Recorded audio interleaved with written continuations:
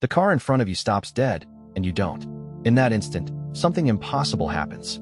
The half second before the crash stretches out, wide and slow, like someone grabbed time and pulled it like taffy.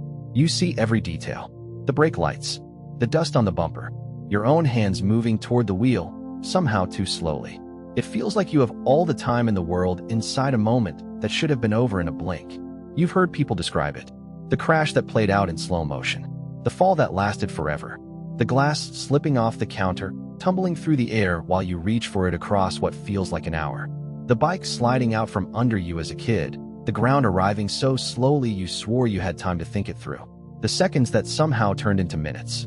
And you've probably believed the obvious explanation, that in an emergency, your brain speeds up and you actually start perceiving the world faster, like a superhero.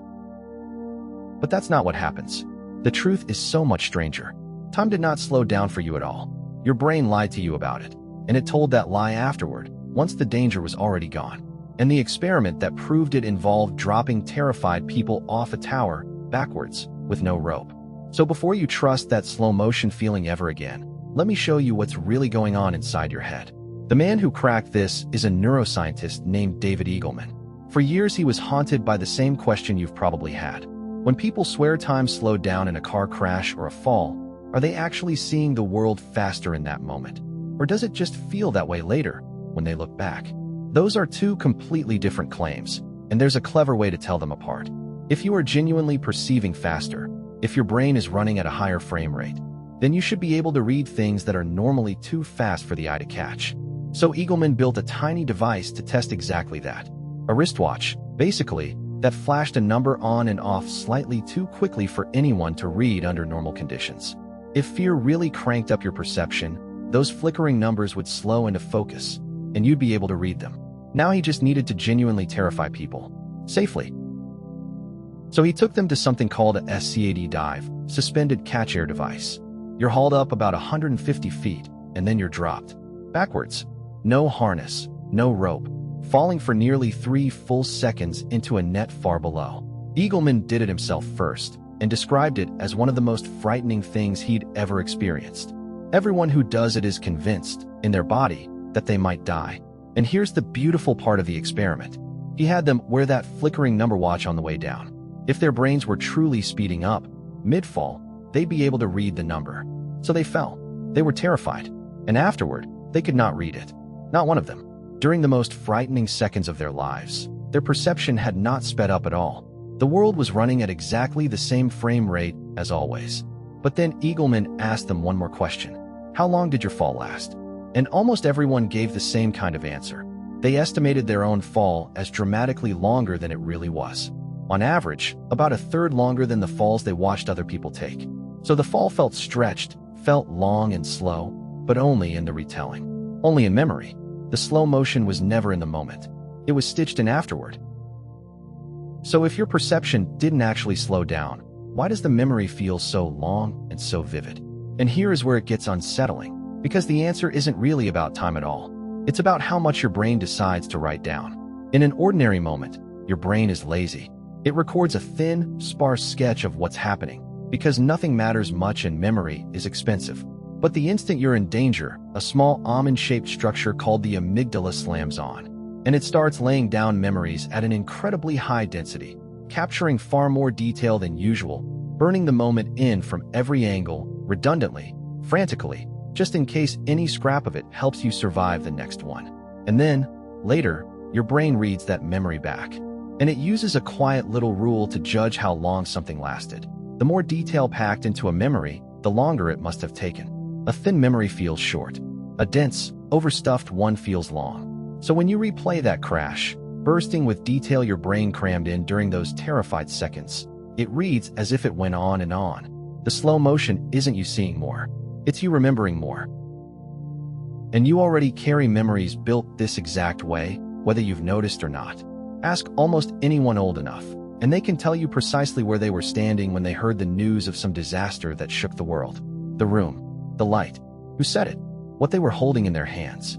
Psychologists call these flashbulb memories, and they sit frozen in crystal clear detail while 1,000 ordinary days on either side of them have dissolved into nothing. That's the amygdala again, deciding in a flash of shock, that this one matters, and printing it in the highest resolution it has. Which means something a little uncomfortable. Your most vivid memories aren't necessarily the happiest or the most important. They're the ones your brain was frightened or stunned enough to record in full. But here's the part nobody tells you. This exact same mechanism is running every single day of your life, not just in emergencies. And once you understand it, you'll realize you can actually control how fast your life feels like it's passing. Stay with me, because this is the difference between a year you'll remember and a year that vanishes without a trace. Think about why a single week in a brand new country, surrounded by things you've never seen, can feel longer in your memory than 3 months of your normal routine. Same amount of clock time, wildly different lengths in your head. It's the same rule. Novelty forces your brain to record densely. Every street is new, every meal, every face, so the memory comes out thick and long. But routine? Your brain has seen it all before, so it barely bothers to record. 1,000 identical commutes blur into one, and a blank memory, replayed, feels like almost no time passed at all. Which leads to a genuinely strange conclusion. The reason time seems to speed up as you get older isn't your heartbeat or your biology. It's that you've stopped collecting new memories.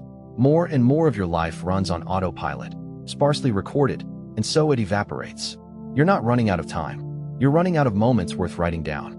So there are really 2 ways your sense of time can stretch. One is terror, the crash, the fall, the amygdala flooding the page. You don't want that one. But the other is fully in your hands. It's novelty. It's attention. It's deliberately doing things your brain has never seen before, so it's forced to record in high definition again. Learn the thing you keep putting off. Take the strange route home instead of the one your feet already know. Have the conversation that scares you a little. Eat somewhere new. Go somewhere you've never been. Say yes to the thing that breaks the pattern. Each new, fully felt experience is your brain picking up the pen and writing densely again, and dense pages are long pages. And notice what this means about the opposite, too. Every time you reach for your phone to numb a dull moment, every identical day you let slide by half asleep, you're not just wasting time, you're erasing it.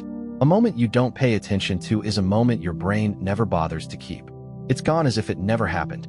You cannot add hours to your day, but you can change how many of them you actually keep. So the next time you're in a moment that stretches, and I hope it's wonder and not a crash, understand what you're really feeling. It isn't time bending. It's your brain deciding that this, right here, is worth remembering in full. That's all slow motion ever was. A moment your mind refused to let blur. Which leaves one quiet question hanging over the rest of your life. If the length of your years is really just the weight of what you chose to notice, then how much of this one are you actually going to keep?